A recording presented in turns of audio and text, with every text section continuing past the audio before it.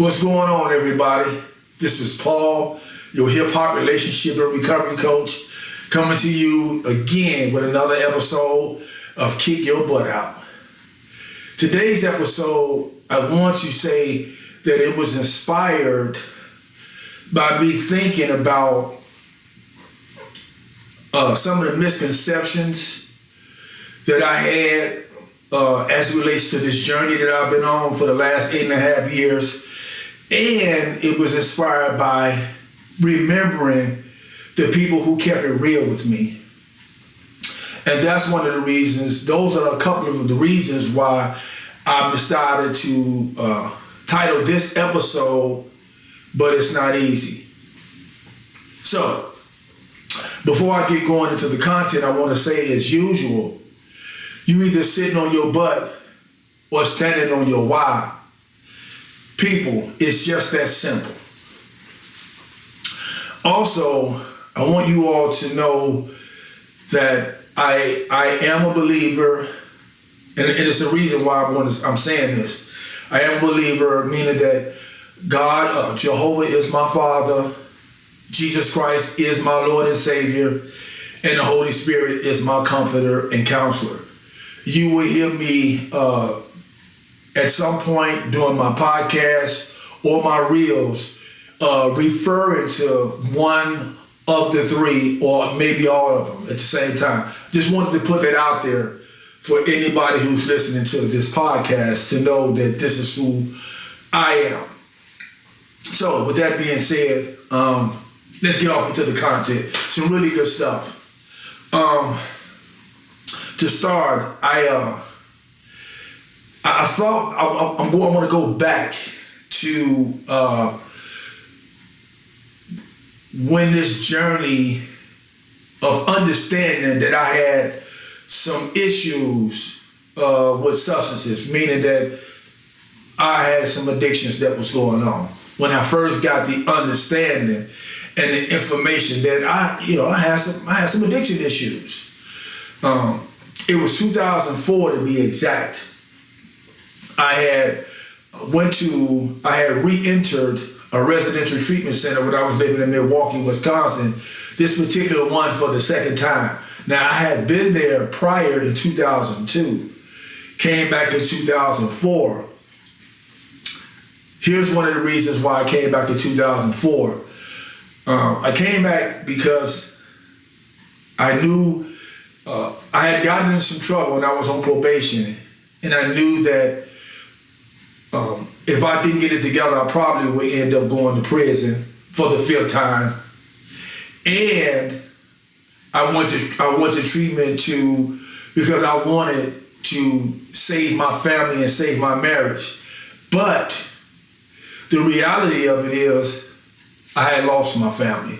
By that time, by 2004, my family was gone. Somebody out there who's listening to this has heard that and understand what I'm talking about, because you may have had that same experience. You've tried to do something, but come to find out, it was the reasons why you were trying to do it to make better for yourself. That needed to not be the reason why you were trying to make better for yourself, because that reason was already gone. Let me say that. So anyway, went to this treatment center for the second time. And I remember the guy who was the director there, wonderful dude, wanted to see people make it. Let me say that. He wanted to see people make it. This treatment center wasn't a treatment center that wanted to be a revolving door for people. They wanted to really help people make it. So, again, got back into the treatment center, started having some experiences with the director. And one of the things that he said to me, he said, Paul, he said, I see you really do want recovery, but you want the easier, softer way. I'm going to say that again. I see that you want recovery, but you want the easier, softer way. And let me tell you this, Paul. Here's what I'm talking about when I mentioned the word misconception. Excuse me. He said, there is no easy or softer way. And the reason why it took me 11 more years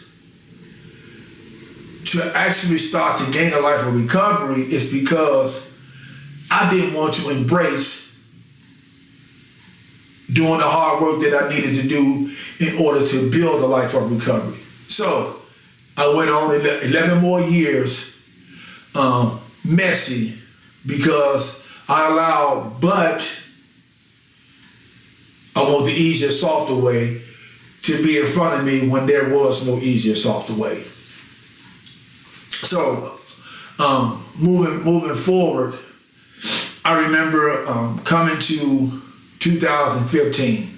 This is when I really came to a place where I started to really embrace recovery. I was done. I was convinced within my heart, within me, that I was going to move any buts or barriers out of the way and do whatever it is that I needed to do to gain a life of recovery. And so I started that process in 2015. And I remember, when the journey first started, I went to God and I said, God, along this path, even though I was a mess and messy, my faith in you never wavered.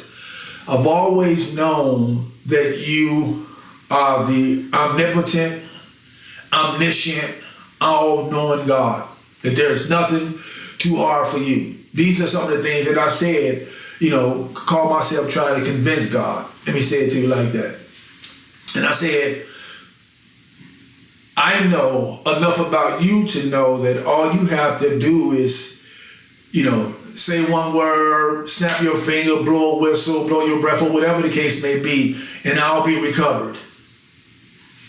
Period. Know that. Here was the reply that God gave me. He said, yep, you're right, but yep, you're right, but I'm not, and I won't. He said, and one of the reasons why I appreciated, and I still do appreciate God, is because he didn't have to give me any reasons. However, he did. He said, number one, if I did that, I wouldn't get the glory. You will. Number two, if I did that, you wouldn't learn nothing. And you wouldn't appreciate it.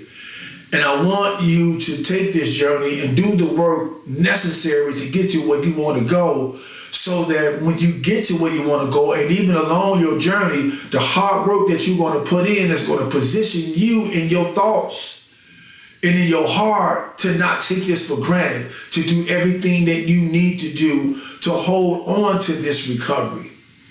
And when he said that to me, I really appreciated him saying it to me. And I started my process. And so along the process of my recovery, I remember I started listening to motivational speakers, Les Brown being one of them. And behind me on this wall is one of his famous sayings that I go by to this very day. And it goes like this: if you do what is easy, your life will be hard. But if you do what is hard, your life will be easy. I embrace that. And it has helped me along this journey to kick all of the butts out and do what I needed to do to get to where I am right now. One of the reasons why I'm able to sit here and do this Kick Your Butt Out podcast is because I have been doing the work myself to kick my butt out and continue to move forward. Here's one of the things that I've learned along this journey, and I want to say this to somebody out there who's listening to this podcast. Here's what they said to me, and watch this. This can relate to recovery, rebuilding relationships, getting healthy for yourself, becoming whole, becoming healed, following your dreams, your goals, your aspirations, or whatever the case may be. This can relate to that. And here's what somebody said. They said, there is no escalator or elevator to success. You got to take the stairs. And that is what I'm saying to you all. And one of the reasons why I'm able to say this to you all is because that's what I've embraced over these 8.5 years. I've been taking the stairs. And you're going to have to do the same thing. If you want recovery, you got to take the stairs. There is no elevator or escalator for recovery. And I want you to please understand that. Because if you don't understand that, embrace that, and internalize that into your recovery journey, you won't get the recovery. You won't get the recovery. You will be that person who allows these treatment centers to be revolving doors to you. And that's only if you don't end up dead as a result of overdosing or the wear and tear that it's going to do on your body, alcohol poisoning, cirrhosis of the liver, you name it. All of these ailments that we end up under or being overtaken by because we can't get it right. Because we allow one butt to be in our way. If you don't kick your butt out in terms of thinking that you're going to have an easier, softer way to recovery or healing or wholeness, you're going to fall victim. Here's the good part about all of this though. When it comes to taking those stairs, 2 things I want to say. You can't do it by yourself. That's number 1. And there's somebody who's willing to do it with you. There's somebody out there who's willing to take the stairs with you. I'm one of them.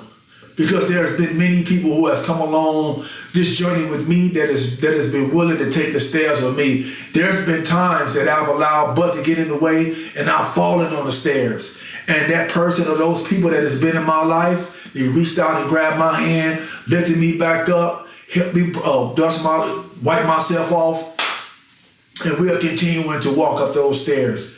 You need those people in your life as well. Let me say this. But please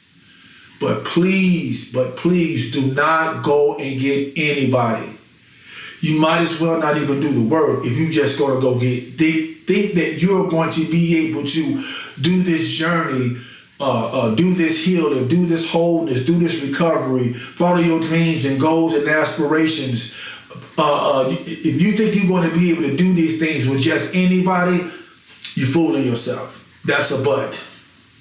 That's a but. You can do this. Somebody said it to me like this. Everybody needs somebody, but don't make that somebody anybody. I'm going to say that again. Everybody needs somebody, but don't make that somebody anybody. And so again, you can do it, but it's not going to be easy. This is Paul, your hip-hop relationship and recovery coach, signing out and leaving you as I always leave you. Until next time, do the next right thing, be well, God bless you, and you either sitting on your butt or you walking up them stairs on your why.